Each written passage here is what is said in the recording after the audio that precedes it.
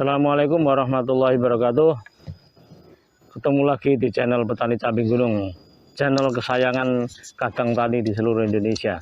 Pada kesempatan kali ini kita akan berkunjung ke tempatnya Mbah Punto, di depot pupuk organiknya Mbah Punto. Barangkali nanti kita bisa ketemu dengan Mbah Punto dan menanyakan adakah ramuan baru Mbah dalam membuat pupuk, sehingga membawa informasi baru dan bermanfaat bagi kadang tani di seluruh Indonesia.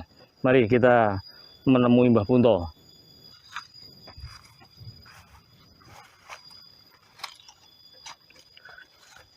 Assalamualaikum Mbah Punto.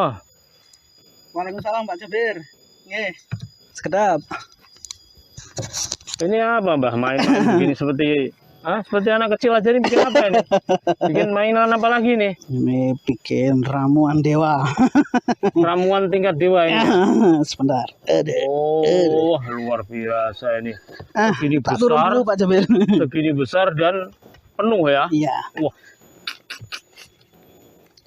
luar biasa Mbah Punto ini. Aduh. Ini ramuan apa aja nih kok segini banyak? Ini besarnya. Ya, apa ini mau disebut apa nih? Disebut kantong ajaib atau apa ini? Jadi saya punya tangki 1000 liter pemirsa.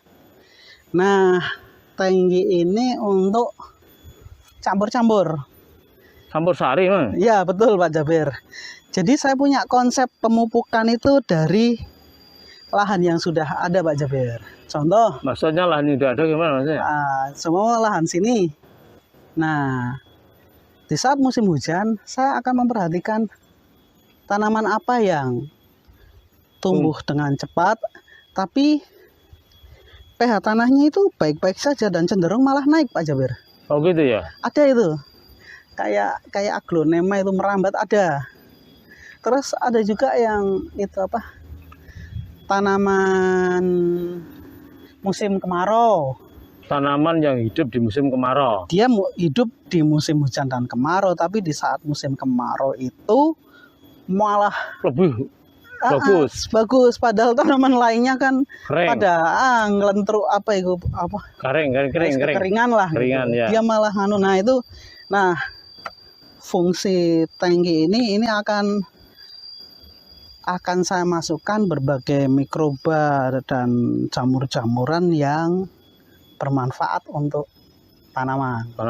Atau mungkin kita mau memanfaatkan enzim-enzim tertentu biar bersatu di situ. Oh gitu. Jadi ini sudah majemuk Pak ya? Majemuk, tidak lagi satu macam tapi sudah majemuk gitu ya? Iya, karena saya praktisi ya, ya pokoknya kan saya campur-campur. Tapi kalau saya ngecek di Google dan lain sebagainya, ini sudah lebih dari 20 macam mikroba dan 20 macam mikroba dan jamur macam-macam Pak Jabir. Apalagi berarti sudah ada ini kan terasinya itu multi betul. Multi mikroba ya? Iya. Wah, menakutkan Mbak. Iya, memang faktanya banyak itu. Faktanya dalam 2 minggu pepaya dan cabai perubahannya signifikan memang. Seperti ini sudah pernah dikasih nih? Baru 2 minggu itu. 2 minggu ya? Ini baru 2 minggu. Sebelumnya kayak kena hujan kan kayak apa, menguning itu ya? Menguning dan kerdil gitu ya? Betul. Tapi begitu dikasih pupuk ini tumbuh tunas subur ya? Yang terus perakarannya makin banyak. Sebenarnya bisa sih dicek salah satunya. Gitu ya? Di keruak gitu nanti ada akar-akar serabut kecil yang banyak.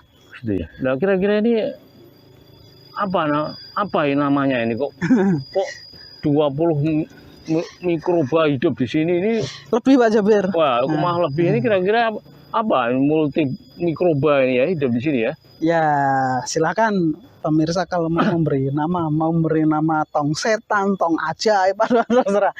Tapi ini dulu awalnya rumen sapi. Ya. Satu ember cat 25 kilo itu Pak Jabir. Rumen ya. Terus air kelapa 8 drigen atau anggap saja sekitar 200-an liter. Itu terus terasi saya beli 20.000 terasi udang segini langsung dari pembuatnya ya. Nah itu terus baru macam-macam termasuk Nah, karena di kebun kadang ada jantung yang jatuh. Kadang kan sebenarnya pembuatan POC kan ini dijajak-jajak dulu ya. Ajak dulu ya. Saya males. Jadi saya masukin aja. Bleng. Bleng. Ada putri malu itu. Hmm. Masukin aja bleng. Nah, lain-lainnya banyak ya. Ini dari akar, dari tanaman apa ini? Kacang tanah juga ada, berarti rhizobium. Terus dari mikorizanya juga dapat, terus pseudomonasnya dapat, pelarut fosfatnya dapat, apa lagi ya? Buferianya dapat. Gitu ya. Ini jadi luar biasa. Banyak Pak Jabir, saya sampai enggak ingat ini. Pokoknya ini lebih ke sebuah konsep daripada sebuah kalau dirinci perbakterian gitu. Nah sekarang gini Bang, ini dapat ini dari mana ilmunya ini? Apa? Ya kan luar biasa ini kan, sekian banyak dicampur itu kan, kalau nggak tahu kan bisa membahayakan ya Pak. Sebenarnya harusnya 2 sih Pak Jabir. 2 ya? 1. Jadi gini, ada sebuah teori lama, tapi sampai sekarang masih berlaku. Lama tapi baru ya? Masih berlaku. Jadi apabila Anda membusukkan batang lalu dibuat untuk pupuk, maka yang akan tumbuh adalah apabila Anda membusukkan daun lalu digunakan untuk memupuk, maka dia akan merangsang daun dari tanaman itu. Apabila Anda membusukkan buah diberikan ke tanaman, maka itu akan merangsang buah dari tanaman tersebut. Nah, ini sama. Jadi kembali ke asal berarti. Jadi ini sama di kebun ini sambil jalan-jalan sambil apa? Oh, ini cocok nih. Ini kayaknya tanaman jenis vegetatif. Buktinya yaitu dari merambat sangat cepat tapi dia tidak punya buah gitu. Oh gitu ya. Nah, jadi saya masukkan kayak gitu. Bleng. Kacang-kacangan saya masukkan. Terus bonggol pisang juga saya masukkan. Pisangnya yang tidak jadi yang ambruk-ambruk itu saya masukin. Oh, itu untuk buahnya ya? Pisang masih mentah ya Pak Jabir? Iya, maksudnya untuk itu kan nanti tadi ya dari buah ke buah ya, dari daun ke daun. Nah, harusnya sih 2. Yang satu campuran kayak gini, yang satu khusus pembuahan. Tapi karena saya sudah pakai pembuahannya pakai serabut kelapa, ya sudah berarti saya fokus pembuahan serabut kelapa gitu. Nah, ini yang buat fase vegetatif dan generatif sebagai pendukung. Masa pengumpulan itu berarti kan lama, Pak? Iya. Oh iya, ini sisa sampah dapur juga saya masukkan. Oh gitu ya.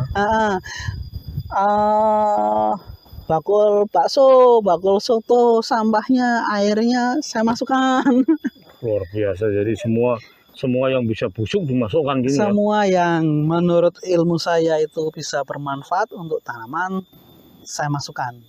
Jadi yang sudah saya lakukan beberapa tahun ini sangat recommended pemirsa. Ini berapa tahun ini? Ini barang ini. Kalau yang ini masih baru sekitar 6 bulan Pak Jabir, tapi kalau yang di sana sudah tahunan. Yang di kebun yang lain. Belum dikeluarkan malah yang tahunan ya? Bukan, dikeluarkan cuman beda tempat. Oh gitu ya?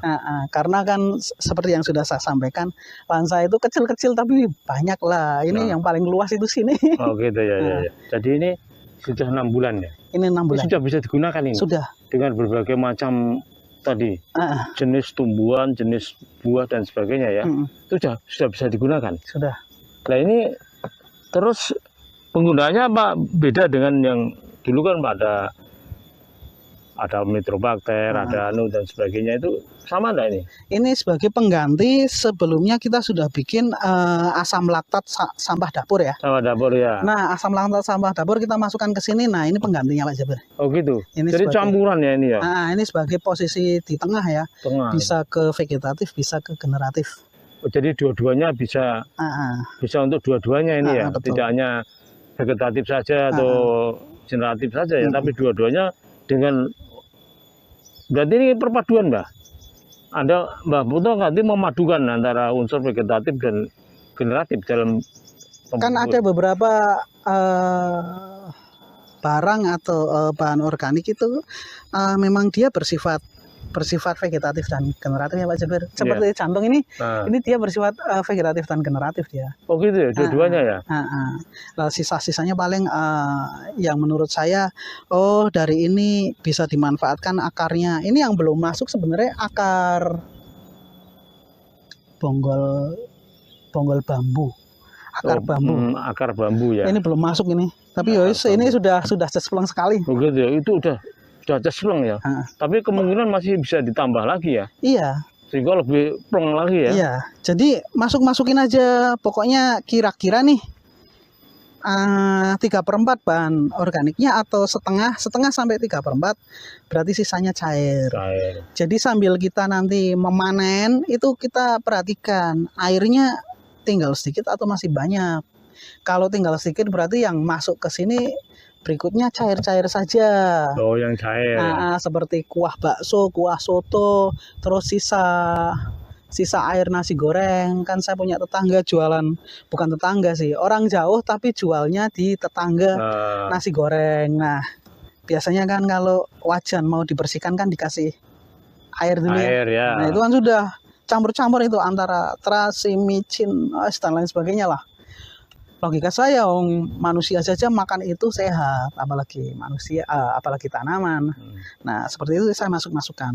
Apabila sekiranya bahan organiknya kok sudah kempes, bahan padatnya ya berarti ini nanti diperkaya sama apa ini namanya? Yang padat-padat. Yang padat-padat, betul. Nah, ini apa enggak bertengkar, Mbak? Bakteri yang sekian banyak itu. Nah, jelas bertengkarnya dan tidak itu ranah akademisi ya. Hanya saja sambil melakukan, saya sambil mencari informasi. Informasi itu keliru, ya biarin karena ini kan besar ya. Saya logikanya begini, manusia saja kalau bertengkar itu harus bertemu Pak Jabir. Kalau bertengkar saya di sini jenengan di sana itu hanya bisa adu mulut aja. Medsos. Nah, sama dengan bakteri. Bakteri itu jarak 1 cm saja sudah sangat jauh, dia itu mikroorganisme. Gitu. Untuk ketemunya itu kan belakunya aduh.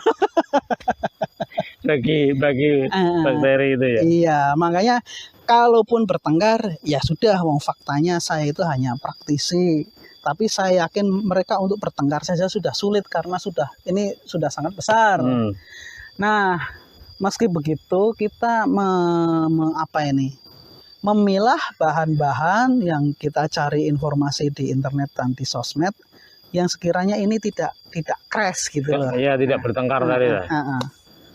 Tidak bertentangan. Iya, tidak bertentangan. Kualitas untuk sari-sari untuk pupuk itu ya. Iya. Contoh ini secara yang di sosmed itu kan Buveria sama Trichoderma bertentangan ya. Tapi ini terlanjur sudah masuk. Nah, ini ada daun bambunya gitu kan. Jadi mungkin dirukunkan di situ. Moga-moga rukun aja tukaran. Karena sama-sama makan aja kan ya. Iya. Terus ini segini ini, wah ini kan luar biasa Pak. Karena 1000 liter ini ya. Iya. 1000 liter ini untuk berapa tahun Bang? Wah, ya selamanya ini dipanen, ditambahi lagi, dipanen, ditambahi lagi ya. Nah ini kan luar biasa para kadang tani, 1000 liter dengan berbagai macam jenis tanaman, buah, dan juga sampah-sampah yang lain yang tentu saja sampah yang memiliki fungsi untuk menyuburkan tanaman diaduk jadi satu. Wah ini campur aduk ini luar biasa nih. Majemuknya sangat majemuk ini. Sangat majemuk ya, multi mikroorganisme itu hidup di sini. Sehingga ini wah kalau diterapkan di tumbuhan ya memang luar biasa ya, betul itu ya. Karena dari sisi unsurnya kan unsur apa aja ada ini. Ya. Unsur yang dibutuhkan tanaman tentu saja. Tapi ini tidak ada kohenya loh Pak Jabir. Pokoknya tidak ada. Saya tidak menyarankan kohe masuk, mau kohe sapi, mau kohe kambing, mau kohe ayam, saya tidak sarankan masuk. Oh gitu ya. Nah, ini jangan. Jadi ini non kohe ya. Non kohe. Nah ini menurut pengalaman Mbak Punto non kohe, jadi semua bisa masuk sehingga bisa berubah menjadi pupuk yang sangat dahsyat ini ya. saya kira luar biasa karena lihat yang dimasukkan saja itu kan bermacam-macam. Jadi macam-macam fungsi dan macam peran akan dilakukan di dalam satu wadah ini, wadah raksasa, kotak ajaib kalau Mbak Punto. Ini untuk menyulap tanaman untuk yang kurang cepat menjadi sangat cepat ya Mbak ya? Iya, lebih cepat. Di 2 minggu sebelumnya banyak pepaya yang berdaun kuning. Kuning. Ya memang saya biarin, nyatanya ininya belum jadi Pak Jabir. Oh, gitu ya, masih menunggu nih ya. Setelah jadi ya ayo panen, ayo siramkan. Ini baru 2 minggu sudah. Ini sudah jarang kan? Ini sudah di sudah. Aplikasikan ini ya hasilnya selama 2 minggu ya.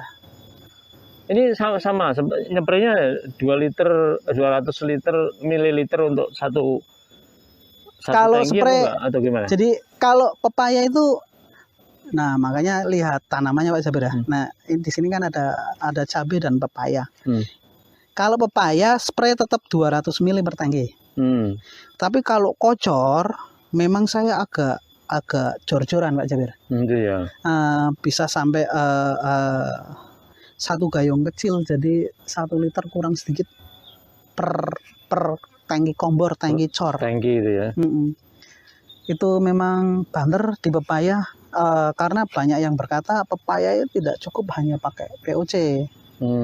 Harus pakai padatan. Ya, saya membenarkan, tapi saya tidak membenarkan di sisi tidak cukupnya. Saya membenarkan kalau pepaya itu butuh bahan padat gitu, pupuk organik padat, berarti ya. POP ya, gitu ya. Saya membenarkan itu, tapi kalau tidak ada itu kurang, itu menurut saya kalau sudah bikin ini terjawab ya. Terjawab. Sudah tercukupi ya kebutuhan tanaman itu. Jadi luar biasa ini Kadang Tani di seluruh. Oh ya, plus ini key makernya satu lagi ya. Jadi key maker ini pemirsa, saya ulang, yang lainnya mungkin boleh campur-campur, tapi key makernya ya 1 air kelapa, 2 rumen, rumen sapi ya, terasi, 3 enggak terasi nanti. Ini apa, nanas, saya pakai kulit nanas Pak Jabir. Oh gitu ya. Terus yang satunya terasi. 4 poin itu masuk dulu. Itu berarti utama ya. Yang lainnya silakanlah, sisa sampah dapur masuk, apa masuk silakan. Oke, ini Mbak Punto sudah menjelaskan secara jelas ada apa namanya itu material inti dan nanti bisa disusul dengan material-material yang lain yang tentu saja yang bisa dibusukkan sehingga bisa menjadi cair. Ini sangat luar biasa Mbak Punto membuat ramuan baru, ramuan yang multi mikroorganisme, tidak hanya satu mikro saja, tidak hanya satu bakteri tertentu, tapi sudah mengumpulkan banyak bakteri dalam satu kotak besar ini, sehingga dampaknya kalau dipakai untuk pupuk di tanaman itu akan jauh lebih cepat, akan jauh lebih subur, dan tentu juga buahnya akan jauh lebih lebat dan rasanya enak ya Mbak ya. Pesan lagi Pak Jabir. Mbak, silakan Mbak. Bagi Kadang Tani, fans petani cabai gunung yang lahannya 1,5 hektar lebih atau lebih kok 1 hektar, sangat-sangat recommended. Buat selur-selur yang di Blora, Pak Sahri, Sapat, Pak Agus Salim dan lain sebagainya, ini sangat recommended apabila lahannya 1,5 hektar lebih. Karena jelas kalau lahan 1,5 hektar itu butuh pupuk banyak. Pupuk banyak, betul. Dan ini harus diproduksi dalam jumlah yang banyak biar lebih bagus sekali. Jadi Kadang Tani, saya kira ini suatu yang bermanfaat untuk kita semuanya kaum tani. Mudah-mudahan dengan apa yang disampaikan Mbah Punto ini menambah khasanah tentang dunia perpupukan organik, terutama yang cair, dan bisa dipraktekkan di masing-masing daerah. Apabila ada yang perlu ditanyakan, bisa ditanyakan nanti lewat YouTube Petani Caping Gunung. Saya kira cukup sekian. Bertemu kembali di episode-episode berikutnya. Assalamualaikum warahmatullahi wabarakatuh. Waalaikumsalam warahmatullahi wabarakatuh.